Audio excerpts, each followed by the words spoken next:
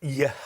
Spurs had that last-minute goal, Tim, disallowed against Sporting Lisbon. Were you shocked that it was ruled out? I was, yeah. I mean, it makes it worse with the celebrations. We've seen it before at that stadium, haven't we, with Pep Guardiola and the Man City disallowed goal, which was offside.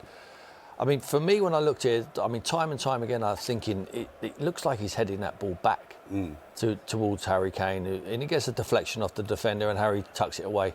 I mean, it's so emotional, Jeff, because it's like the last kick of the football match, and obviously the euphoria of the Tottenham fans and the manager and the players was, to be expected. But I still don't understand it fully. Well, I think the argument is not that the ball went back, because apparently, although I don't think anybody knew, that can't happen. But the argument is that Kane's knee is ahead of Emerson's head. Yeah. So he was coming back from an offside position. But the other argument, Michael Dawson, is that the defender then makes contact, and that contact was deemed to be not intentional. Yeah.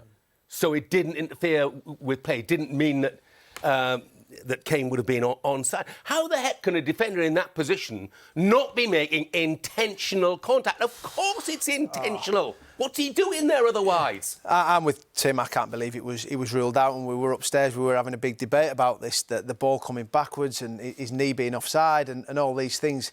That isn't a clear line. And I think at the end, the emotions, and at the end of the day, you want the right decision. That's what it boils down to, an offside. We can all have opinions on the handballs, both Zamora and Kera.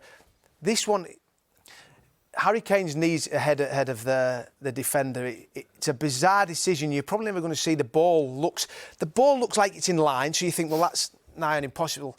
How they come to that and why it took so long, I think it was over 4 minutes to get to that decision, the emotions, and you never want to take that out of the game. The problem is, Michael, they will argue that this is the correct decision. Yes, they will argue it is a correct decision. And they're right. Yeah, because... But we don't understand it, as Jeff explained. It's about the knee. Yeah. I thought it was just about... it's just incredible. Still, we've looked at it. I looked at it again yesterday. I was watching it in the game. We've been over it again, and still it's... It probably isn't, it's not the officials, it's not VAR, it is the laws of the game, which have become ludicrously complex. Yeah. And it strikes me, Sue Smith, that what it's all about is trying to find reasons to disallow a goal. And seeing goals is what people go to football for. Yeah, you're right. And when it takes so long, you just think, surely you just let that go, don't you? Because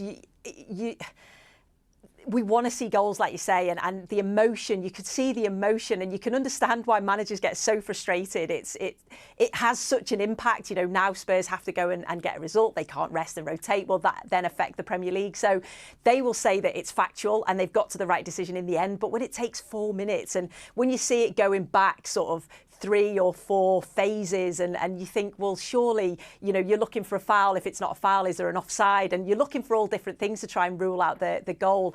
It is frustrating for fans. It's frustrating for managers, players, and for pundits as well. So, yeah, we want to see more goals, don't we? Yeah. We absolutely do. We want to see goals. People don't go to see the officials. They don't go to see scoreboards with signs saying VAR check going on.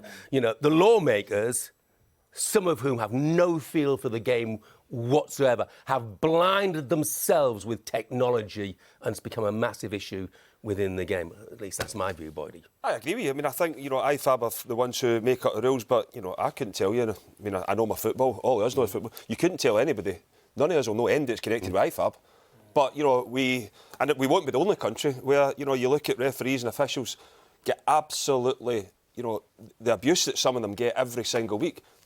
They're just refereeing the game the way they've been told from IFAB. It's about time somebody from IFAB put their head above the parapet and, answered, the questions that people are asking for, because the referees, officials are the ones that are getting criticised rightly or wrongly. But, there's IFAB, for me, have to come out and clear and be crystal clear on what's happening here, because nobody knows. Nobody knows, and it changes every week.